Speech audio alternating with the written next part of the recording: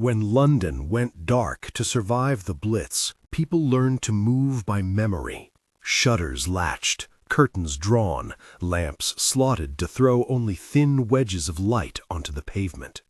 The blackout was a protective ritual, an attempt to turn the city into a silhouette that enemy pilots could not easily identify. And yet, in that very darkness meant to save lives, a different danger slipped into the night.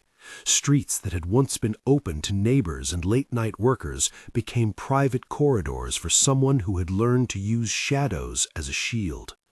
This is the chilling story of the London serial killer from World War II, an airman whose uniform and charm hid a trail of terror across the home front. If this account speaks to you, stay with us to the end. There are chapters of this case that reveal how small, ordinary clues broke a brazen pattern of violence. The man at the center of this story presented himself as a slice of wartime glamour. Gordon Cummins served in the Royal Air Force. He drank in West End clubs, wore a uniform that suggested courage, and cultivated a persona that leaned toward the ostentatious. He claimed stories, some true, many exaggerated, about flying and daring. He was careful about appearance, an accent he polished, a swagger he adopted, the easy familiarity with officers and civilians alike that the uniform afforded him. To many, he seemed a fellow Brit doing his duty. Others saw an opportunist who liked the veneer of status. Beneath that surface, however, was another life. To support the lifestyle he portrayed, meals out, nights at clubs, he sometimes lied, stole, and falsified. He married. His wife is recorded in some contemporary accounts under a name that appears inconsistently in the sources, Marjorie. Their domestic life offered a conventional contrast to his evenings in the city, a household by day, polished shoes and champagne by night. It was this duality, respectable uniform and secret prowling, that allowed him to move through London wartime with fewer questions asked than a civilian might face. The murders attributed to him occurred in quick succession, each discovery widening the shock and fear that already hummed through a city accustomed to air raid warnings but not to predation from within. The first known victim was Evelyn Hamilton, found in an air raid shelter where countless Londoners had learned to sleep, whisper, and wait out the night. She was discovered strangled. The place that should have felt communal and safe became a crime scene.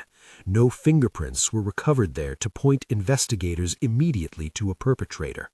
Neighbors who used the shelter reported only the normal sounds of the blackout: coughs, muffled conversation, the distant thud of anti-aircraft guns.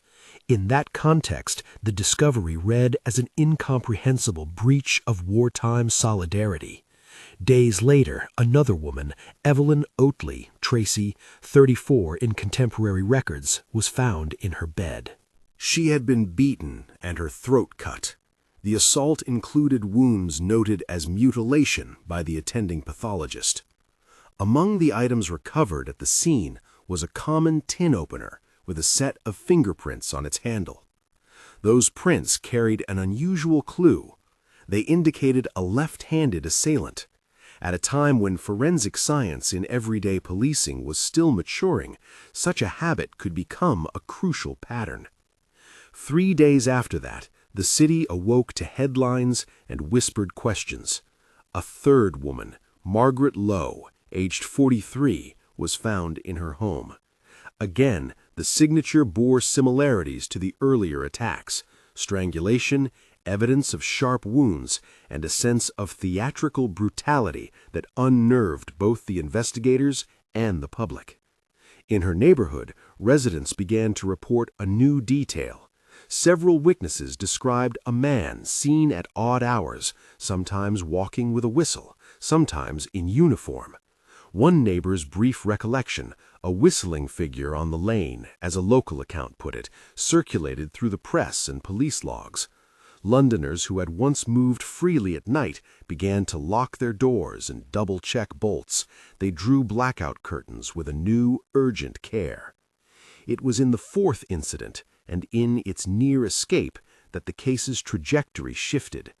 A woman identified in reports as Catherine Macaulay survived an attack that otherwise might have been fatal.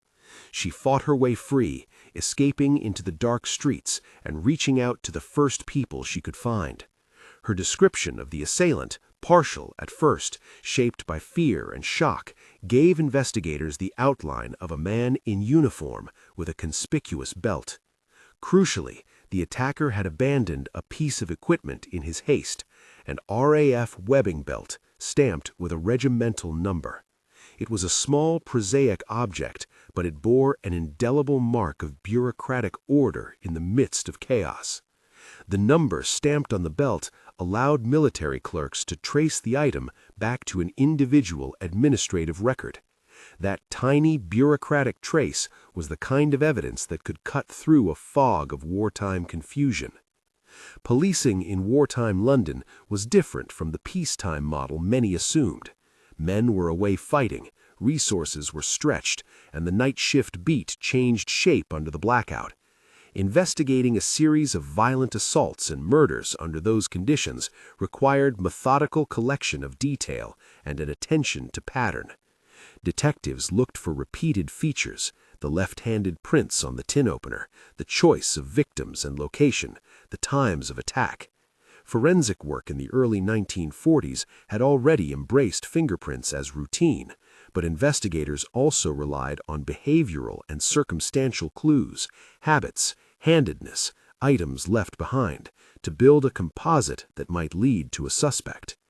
When the belt's number was traced and cross-referenced with RAF records, it pointed unmistakably toward one man, Gordon Cummins. From that factual hinge, detectives assembled a sequence of corroborating evidence. Fingerprint comparisons and the left-handed pattern indicated by the tin opener's prints fit a consistent profile. Witness accounts, neighbors who'd noted a man in uniform at odd hours, the survivor's identification of the belt aligned with records that placed Cummins in London at the relevant times. Police moved to arrest him, and the city that had been living under the double pressure of bombs and blackout regulations suddenly had a tangible suspect to point to. The arrest brought the case into a public sphere that in wartime was saturated with headline anxiety. Newspapers that had long printed casualty lists and official communiques now ran front-page coverage of an accused killer who had used darkness as cover.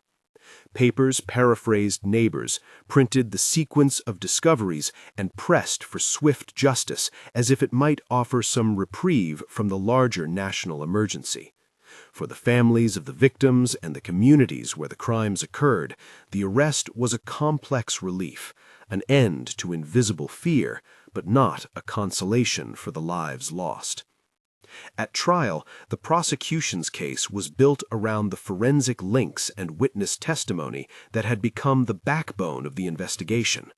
The left-handed evidence, the fingerprints on implements found at scenes, and the regimental number on the belt were presented to the jury as a chain of circumstantial proofs that fit together into a coherent narrative of culpability. Detectives and medical officers testified about the injuries and the timing of events. Survivors and neighbors described the man they had seen or struggled with. Clerks explained how the belt's number tied back to the accused. The courtroom atmosphere in wartime carried its own heavy quiet. Rationed voices, the grimness of justice operating while air raids still loomed. The jury reached a verdict relatively quickly. Observers noted the swiftness not as an acceleration of hysteria, but as a response to the weight of assembled evidence and the public demand for closure. The judge pronounced sentence: death. The judicial language of the sentence, stern, formal, and final, felt to many like a small restoration of order after a sequence of attacks that had made the domestic world feel suddenly unsafe. Execution in Britain of that era carried a grimly procedural serenity. The man charged with carrying out the sentence was Albert Pierpoint, known for his role as executioner in numerous capital cases. The execution itself took place under circumstances that read like an emblem of the ironies of wartime life. The condemned man was hanged during a German air raid. Londoners on the ground were living multiple crises at once, the state administering criminal justice while the external machinery of war kept the city under physical threat.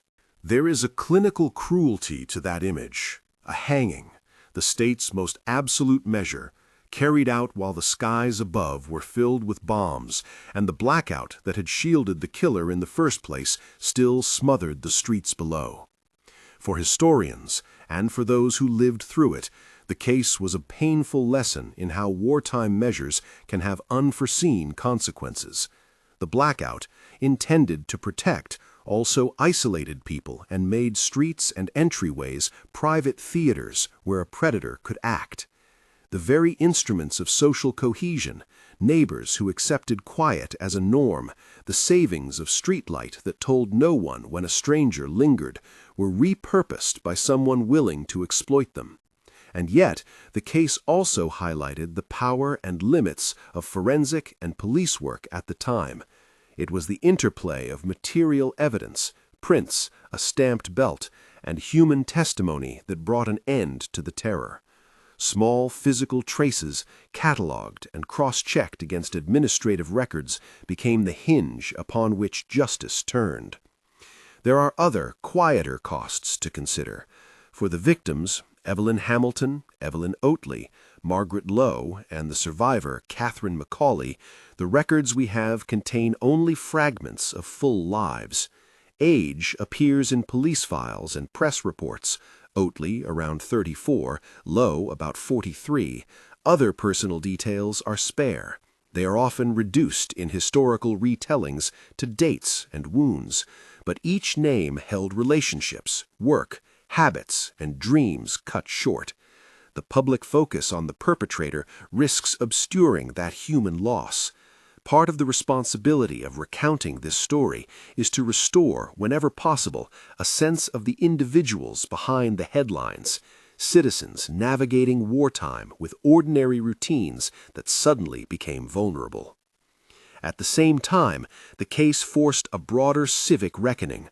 Police procedure, already taxed by wartime exigencies, had to adapt. Communities learned to be slightly more suspicious. Military clerks recognized that seemingly trivial items, an issued belt, a stamped number, could be crucial evidence. The story is a case study in how the machinery of state and the diligence of investigators can still function under strain, but also a warning that protective measures must be accompanied by awareness of new vulnerabilities. When we look back now, decades removed from the fog of rationing and sirens, there is a temptation to read the story as a moral parable. Darkness harboring evil, the flattering uniform masking depravity, the small administrative imprint on a belt restoring order. Yet the historical truth refuses tidy moralizing. The case shows how social systems can be both resilient and susceptible, how ordinary objects can outlast obfuscation, and how justice, however imperfect, can hinge on details that surviving records preserve. In remembering this episode of wartime London, we must avoid two extremes, neither to sensationalize the violence nor to sanitize the facts into an abstract lesson. The proper posture is sober attention, to name the victims without turning their suffering into spectacle, to describe the forensic steps without pretending they offer total closure, and to note the cultural atmosphere without succumbing to melodrama. The blackout itself becomes a central image, a civic gesture intended to protect, rendered ambiguous when it also hid a predator's steps. There are lingering questions that the records cannot completely answer. Motive remains in many respects unknown. The prosecution argued from pattern and evidence, but it is not the same as a fully comprehensible rationale for cruelty. Some contemporary press accounts used fearful language and suggested broader social decay. Others appealed to the need for calm and communal trust. For modern readers and listeners, the clearest through line is this: wartime policies created opportunities that no one fully anticipated, and the task of a just society is to learn from such vulnerabilities and to honor those who suffered.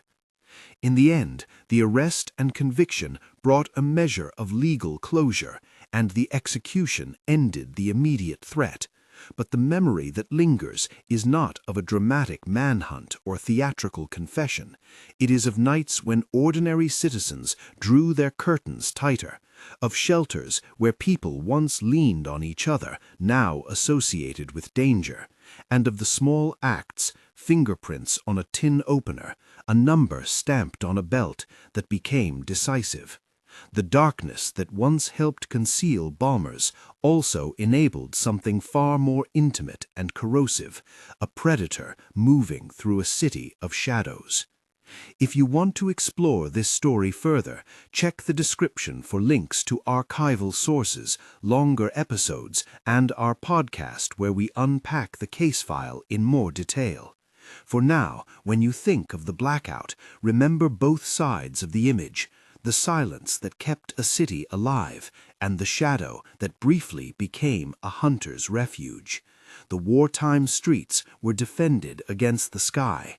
Sometimes, tragically, the true threat walked the pavement beside us.